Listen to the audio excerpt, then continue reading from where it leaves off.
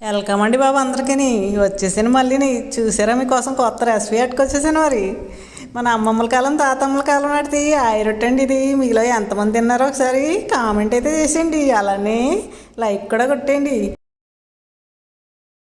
ఒక గిన్నె ఒకటి తీసుకొని అందులో నీళ్ళు పోసి ఒక గుడ్డ కట్టేయండి ఆ గిన్నెకి.